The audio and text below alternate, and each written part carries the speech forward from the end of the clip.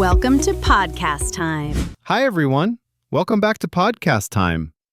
I'm Nick, and as always, I'm joined by my wonderful co-host, Rachel. How are you doing today, Rachel? I'm doing great, Nick. Though I have to admit, I'm a little nervous about today's topic. It's a big one, but it's something almost everyone can relate to at some point in their lives. You're absolutely right. Today, we're talking about social anxiety. Now, for our listeners who might not know that specific term, anxiety is a feeling of worry or nervousness. When we add the word social, we're talking about that nervous feeling we get when we are around other people or in public situations. Exactly. It's that butterfly feeling in your stomach before you go to a party where you don't know many people, or the sweat on your palms before you have to give a presentation in English. It's very common, isn't it? It really is. In fact, many people think they are the only ones feeling this way. But statistics show that millions of people experience social anxiety. For language learners, this can be even more intense because you're not just worried about the social interaction. You're also worried about using the right grammar or finding the correct words. That's such a good point, Nick. I remember when I was learning French, I would walk into a bakery and practice my order 10 times in my head. Un croissant, s'il vous plaît. Un croissant, s'il vous plaît. But the moment the baker looked at me, my mind went totally blank. My heart started racing, and I felt like everyone in the shop was judging me. I've been there too. That mind-going blank feeling is a classic symptom. It's like your brain just decides to take a vacation right when you need it most. When we talk about social anxiety, we often use words like self-conscious. Rachel, how would you explain self-conscious to our friends listening at home? To feel self-conscious means to be very aware of yourself in a way that makes you feel uncomfortable. You feel like everyone is looking at your hair, or listening to your accent, or noticing that you're blushing. You feel like you are under a giant spotlight. That spotlight effect is a perfect way to describe it. But the truth is, and this is something that helped me a lot, most people are actually too busy thinking about themselves to notice our small mistakes. That is so true. We are all the main characters in our own stories, right? So, while you are worrying about your English pronunciation, the person you are talking to is probably worrying about whether they have something stuck in their teeth. Exactly. It's helpful to remember that. Today, we want to explore why this happens, and more importantly, share some phrases and strategies to help you feel more confident when those anxious feelings arrive. I love that. We're going to look at how to handle small talk, how to survive social gatherings, and how to be kinder to ourselves when we feel a bit overwhelmed. It's all about progress, not perfection. Well said, Rachel. Let's start by looking at some of the common situations that trigger these feelings. For example, have you ever avoided a phone call because you were too nervous to pick up? Oh, Nick, you hit the nail on the head with that one. Avoiding phone calls is a classic sign of social anxiety. There is actually a specific term for it. People call it phone phobia.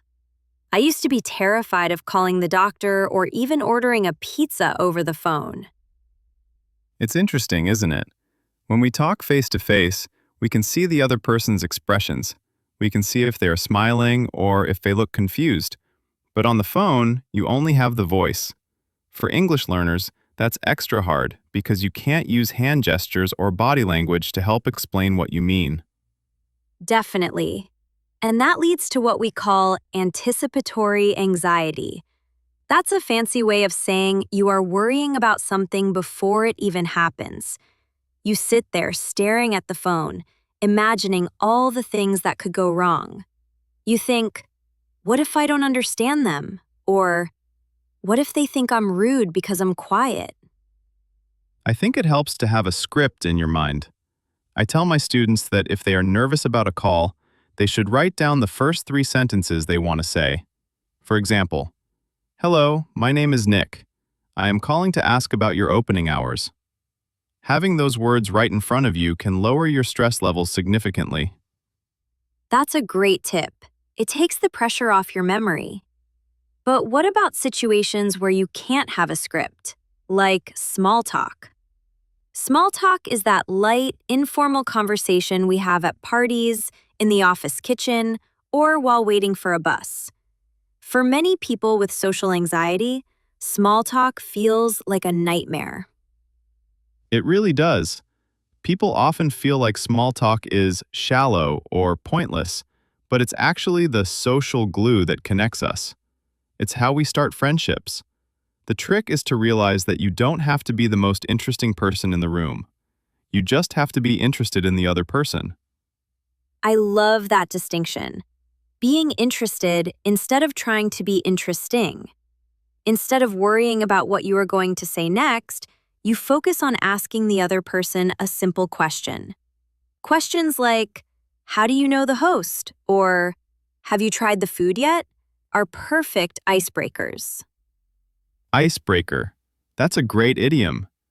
An icebreaker is something you say or do to make people feel more relaxed in a social situation. It breaks the ice of silence. And if you're at a party and feeling anxious, another strategy is to find a safe spot, like the snack table. It gives you something to do with your hands.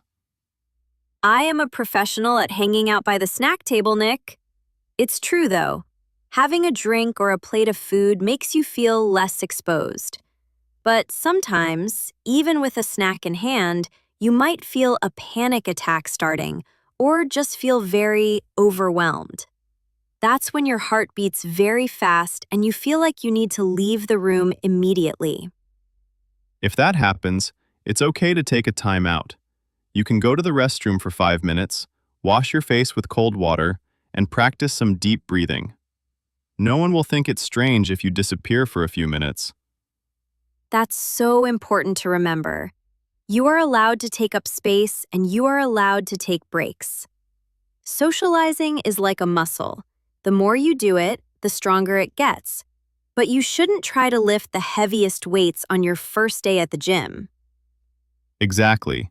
It's all about baby steps. If a big party is too much, maybe just try to say good morning to one coworker tomorrow. That's a huge win. You know, Nick, we've talked a lot about the thoughts we have when we're anxious, but we haven't really touched on what happens to our bodies. Social anxiety isn't just in your head, it's a physical experience too. Oh, absolutely. Our bodies have this ancient system called the fight or flight response. Thousands of years ago, if a dangerous animal was chasing you, your body would prepare you to either fight it or run away. That's the flight part. Right. But today, our brains sometimes treat a job interview or a conversation with a stranger like a dangerous animal. So your heart starts pounding because it's trying to pump blood to your muscles. You might start sweating because your body is trying to cool itself down. And for many people, they also get shaky. Their hands might tremble when they are holding a cup of coffee, or their voice might crack. For an English learner, a cracking voice can be really frustrating because it makes you feel like you sound less confident than you actually are. I've noticed that when I get nervous, I tend to speak much faster. It's like I want the conversation to be over as quickly as possible. But when I speak too fast, my pronunciation gets messy, and then I get even more anxious because I'm worried people won't understand me. It becomes a bit of a cycle. That's a very common cycle. One trick I teach my students is the pause and breathe method. It sounds simple, but it's powerful. If you feel that rush of adrenaline, just stop for 2 seconds. Take a breath. It feels like an eternity to you, but to the listener, it just looks like you are thinking deeply about your answer. That's a great way to reframe it. Instead of, I'm frozen because I'm scared, it's, I'm pausing to choose the best words. It gives you back a sense of control. Another physical thing people often worry about is eye contact. Eye contact is a tricky one. In many English-speaking cultures, making eye contact is seen as a sign of honesty and confidence. But if you're socially anxious, looking someone directly in the eyes can feel very intense, almost like they are reading your mind. If looking someone in the eye is too difficult, A little hack is to look at the space between their eyebrows or at their nose. From a distance, they can't tell the difference, and it feels much less intimidating for you. I used to do that all the time in university. It really works. Another thing to consider is our body language. When we are anxious, we tend to close up. We cross our arms, look at the floor, or try to make ourselves look smaller. And unfortunately, that can send a signal to others that we are unhappy or that we don't want to talk, even if we are actually just nervous and really do want to make friends. If you can try to open up your posture, keep your shoulders back and your hands visible, it actually sends a signal to your brain that you are safe. It's a fake it till you make it strategy. If you act confident, your brain starts to believe it. But we should be clear, it's okay to be a quiet person. Being an introvert, someone who gains energy from being alone, is not the same thing as having social anxiety. That is such an important distinction, Nick. You can be a quiet, introverted person who is perfectly happy and not anxious at all. Social anxiety is specifically about the fear of judgment. We've been talking about the physical side of things, but let's go back to the mental side for a moment. There is a very common personality trait that often goes hand in hand with social anxiety: perfectionism. Oh, I am definitely guilty of that. Perfectionism is the feeling that if you can't do something perfectly, you shouldn't do it at all. For English learners, this is a huge hurdle. You feel like if your grammar isn't 100% correct, people will think you aren't intelligent. Exactly. But here's a secret. Native speakers make mistakes all the time. We use the wrong tense, we forget words, and we use filler words like and constantly. When a learner has social anxiety, they often hold themselves to a much higher standard than they hold anyone else. That's so true. We are often our own harshest critics. Think about it. If you met someone who was learning your native language and they made a small mistake, would you laugh at them? Of course not. You would probably think, wow, they are so brave for trying to speak another language. Precisely. In the world of psychology, there's a concept called cognitive distortions. These are basically brain lies, patterns of thinking that aren't actually true. One of these is mind reading. This is when you assume you know what someone else is thinking. I do this all the time. I'll be talking to someone and they'll check their watch. My brain immediately says, they think I'm boring. They can't wait to leave this conversation because my English is bad. But in reality, they might just be worried about missing their bus, or maybe they have an appointment they forgot about. We project our own fears onto other people.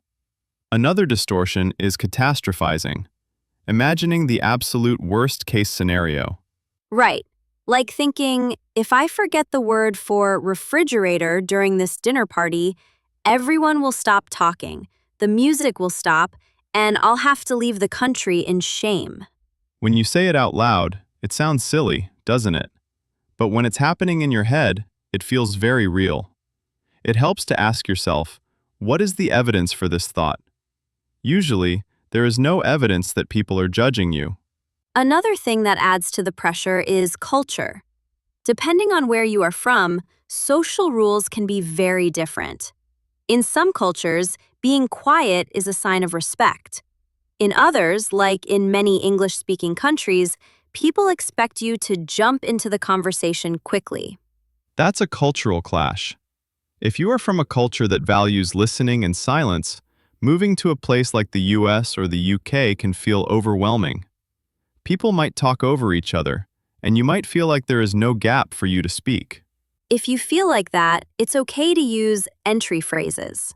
Phrases like, that's interesting, and it reminds me of, or even just, can I add something here?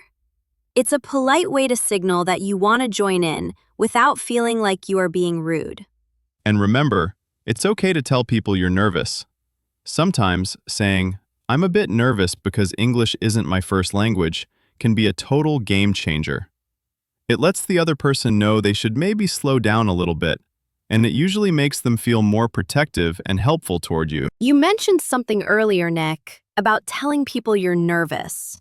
I think that is so powerful because it takes the power away from the anxiety. When you keep it a secret, it feels like a heavy weight. When you say it out loud, it's like letting the air out of a balloon. It really is. It's a form of vulnerability. And believe it or not, people usually find vulnerability very attractive in a friend. It makes you human. But let's talk about some other practical tools. One thing that helps many people is a technique called grounding. Grounding is great. It's a way to pull your attention away from the tornado of anxious thoughts in your head and bring it back to the physical world around you. A common one is the 5-4-3-2-1 rule. I love that one. For our listeners, here's how it works. When you feel a wave of anxiety, stop and name 5 things you can see, 4 things you can touch, 3 things you can hear, 2 things you can smell, and 1 thing you can taste. It sounds simple, maybe even a bit childish, but it actually forces your brain to switch from panic mode to observation mode. And while you are doing that, you aren't worrying about your grammar or your social status. You are just noticing the color of the carpet or the sound of the bird outside. Exactly. Another tool for English learners specifically is active listening. If you are too nervous to speak, focus 100% of your energy on listening. Use back-channeling words like right, uh-huh, oh wow, or I see. Back channeling. That's a great term. It means using small sounds or words to show you are following the conversation. It keeps you involved in the social circle without requiring you to give a long speech. Plus, it gives you time to get used to the rhythm of the conversation. And when you do feel ready to speak, start small. You don't need to tell a 20-minute story. You can just agree with someone. I feel the same way, or that's a good point, are perfectly good contributions to a group chat. I also think we should talk about post-event processing. This is what psychologists call it when you go home after a party and spend 3 hours thinking about every single mistake you made. We've all been there, lying in bed at night thinking, why did I say that? I sounded so silly. Oh, the cringe factor. Cringe is that feeling of embarrassment when you remember a social mistake. But here is the trick. Try to replace that cringe with a success list. Instead of thinking about the one word you forgot, think about the 3 times you understood a joke, or the fact that you actually went to the event in the first place. That's such a healthy shift. Going to the event is the victory. Speaking at all is the victory. The quality of the English is secondary. We have to celebrate the bravery of showing up. Definitely. And if you have a bad day where the anxiety feels too strong and you decide to stay home, don't beat yourself up. Everyone has off days. The goal isn't to be a social superstar every day. It's just to keep trying. We've covered so much today, Nick. From the physical feelings of a racing heart to the mental traps of perfectionism. It's a lot to take in, but I think the most important takeaway is that social anxiety doesn't have to define you. I couldn't agree more. It's a challenge, for sure, but it's one that you can manage with time and practice. One thing I always tell my students is to look for low-stakes environments to practice. A low-stakes situation is one where the results don't matter very much. That's a great tip. So instead of making your first big social attempt at a high-pressure job interview, maybe start by asking a librarian for a book recommendation or asking a shop assistant for help finding the milk. If you make a mistake there, it's no big deal. Exactly. Those small interactions build your evidence folder. Every time you have a successful interaction, your brain records it. Eventually, you have more evidence that you can do it than evidence that you can't. And let's talk about the English learner aspect one last time. Sometimes we think our accent or our slow speech is a burden to others. But actually, most people find it really interesting to talk to someone from another culture. Your perspective is valuable. It really is. Most people are patient, and if someone isn't patient or is rude about your language skills, that is a reflection of their character, not your ability. That's a very important mindset shift. If a conversation is awkward, it's 50% the other person's responsibility, too. That's a great way to look at it. It takes two to tango, as they say. If there's a long silence, it's not just your fault for not speaking. They aren't speaking either. We often take 100% of the blame for social awkwardness, but it's a shared experience. It really is. As we wrap up today, I want to encourage everyone listening to try one small thing this week. Maybe it's just saying, "How's your day going?" to the cashier, or sending a voice note to a friend instead of a text message. Voice notes are a great bridge between writing and speaking. They let you practice speaking without the pressure of a real-time response. Whatever you choose to do, be proud of yourself for taking the step. And remember, the goal of language is communication, not perfection. If the other person understood what you meant, you have succeeded, period. No matter how many ums or uhs you used along the way. Well said, Nick. I feel much more relaxed just talking about this with you. I hope our listeners feel the same way, like they are not alone in this journey. You definitely aren't alone. We're all learning, we're all growing, and we're all a little bit nervous sometimes. That's just part of being human. Thanks for joining us today, everyone. It's been a pleasure sharing these tips with you. We'll see you in the next episode. Bye for now.